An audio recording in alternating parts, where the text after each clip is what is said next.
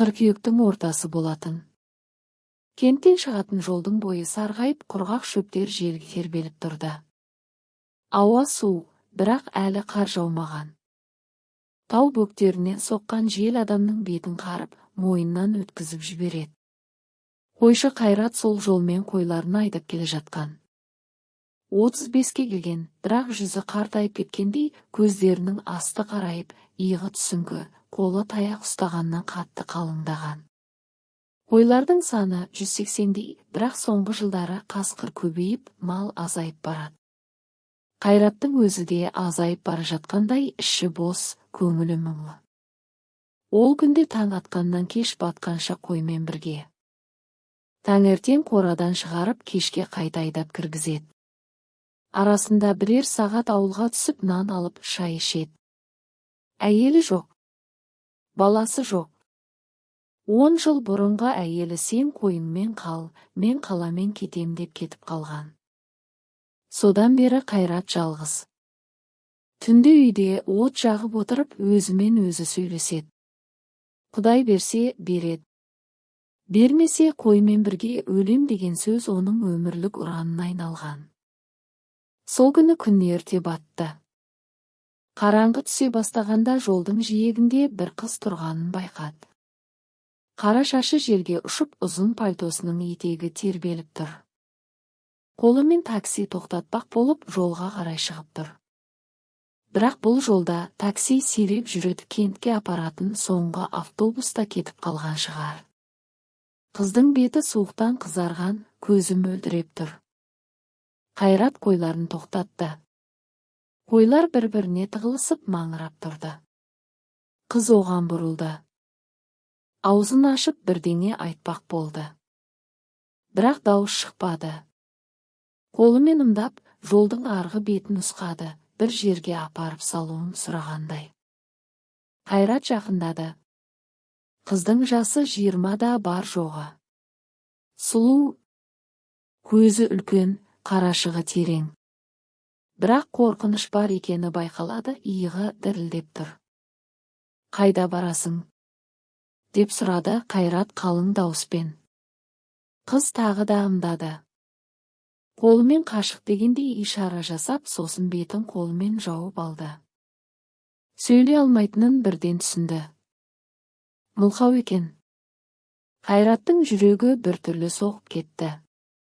Ол 10 жыл бұрынғы бір қыздың жүзін есіне алды, сол кезде де осылай сөйлемей, тек көзімен қарап тұрған.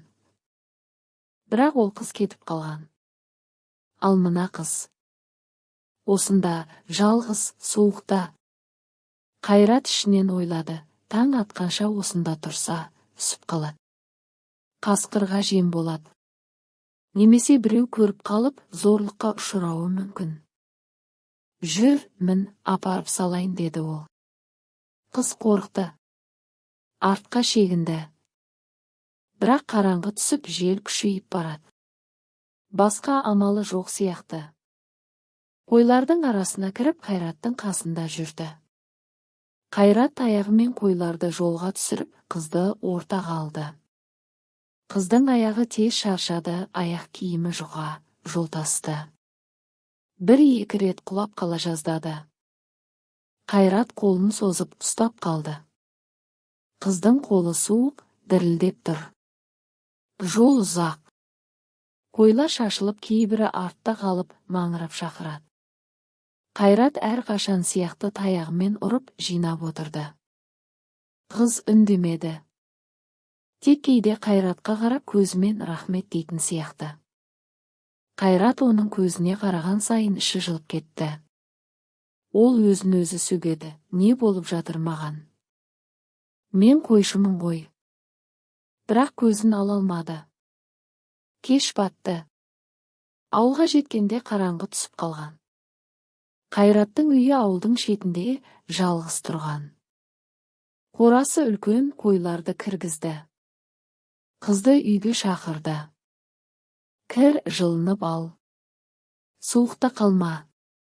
Қыз басын изеді. Ішке кірді. Үй іші қараңғы, тек пеште от жанып тұр. Қайрат шам жақты. Қыздың жүзіне жарық түсті, әдемі. Қара шашы желден шашылып, киімі шаң. Қайрат оған орындық әкеліп берді. Қыз отырып, қолын отқа жақындатты. Қайрат шәйнек қойды, нан кесіп берді. Қыз алғашқыда жеуге қорықты. Бірақ аш екені байқалды, бірден жеп шай ішті. Сол түні қыз қашпақ болды. Қайрат ұйықтап қалғанда есікті ашып шықты. Бірақ қойлардың арасында адасып қалды. Қойлар маңырап қызды қоршап алды. Қорқып қайта үйге қашты. Қайрат оянып қызды көріп ішінен күлді. Қашсаң да қашып құтыла алмайсың деп ойлады. Ертеңіне таң атқанша қыз үйде қалды. Қайрат қойға шықты, бірақ көзі қызда. Кешке қайтып келгенде қыз пеш жағып үй жинап қойған. Қайрат таң қалды. Қызымдап, мен осында тұрайын ба? Дегендей болды. Қайрат басын изеді. Қал. Ешкімге айтпаймын. Сол күннен бастап қыз үйде қалды. Қайрат оны Эльмира деп атады. Өз атын сұрағанда қыз қағазға Эльмира деп жазып берді. Қайрат мен сөйлесуді үйрене бастады. Эльмираға киім әкелді, ауылдағы көрші әйелдерден сұрап алды. Қыз бірте-бірте үйренді. Бірақ көзі әлі де қорқынышпен толы. Түнде ұйықтағанда жиі оянып жылап жататын. Қайрат оны қарап ішінен ойлады, мен оны жібермеймін. Бұл қыз менікі болады. Жалғыздықтан құтқарады. Ол өзінің сезімін мойындамады. Тек қорғаймын деп жүре берді. Бірақ жүрегі басқаша соғып тұрғанын өзі де білді. Қойлардың арасында басталған әңгіме солай жалғасып жатты, үнсіз, бірақ терең. Қараңғы түскен кештерде екеуі от жағып отыратын. Қайрат қой туралы айтатын, Эльмира тыңдайтын. Кейде қыз қолын созып Қайраттың қолын ұстайтын. Сол сәтте Қайраттың іші жылып кететін. Ол 35 жылдық жалғыздығын ұмыта бастады. Бірақ бұл тыныштық ұзаққа созылмайтынын екеуі де білмейтін. Қысқа күндер басталды. Қараша айының соңына қарай тау бөктерінде алғашқы қар түсті. Қайраттың қорасының алдындағы жер ақ түске боялып, қойлардың тұяғы астында сықырлап жатты. Үйдің іші пештің отымен жылы, бірақ қабырғаларындағы жарықтардан жел сыздап кіріп тұратын. Эльмира сол үйдің ішінде Қайраттың әкесінен қалған ескі көрпені жамылып, терезенің алдында отыратын. Көзі сыртқа, тауға, қарға, кейде қойлардың арасындағы жолға қарайтын. Бірақ қашу туралы ойы бірте-бірте басылып бара жатқан сияқты еді.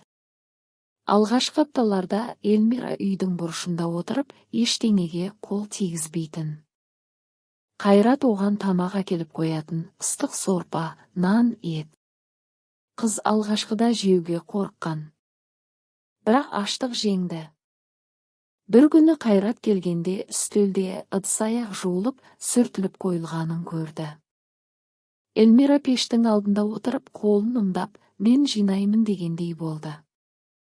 Қайрат басын изеді. Осыдан кейін қыз үй шаруасына кірісті. Қайрат таңертең қойға шығар алдында Эльмираға қарап, сен үйде қал.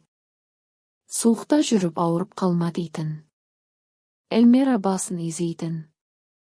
Бірақ Қайрат кеткен соң, ол да сыртқа шығатын болды.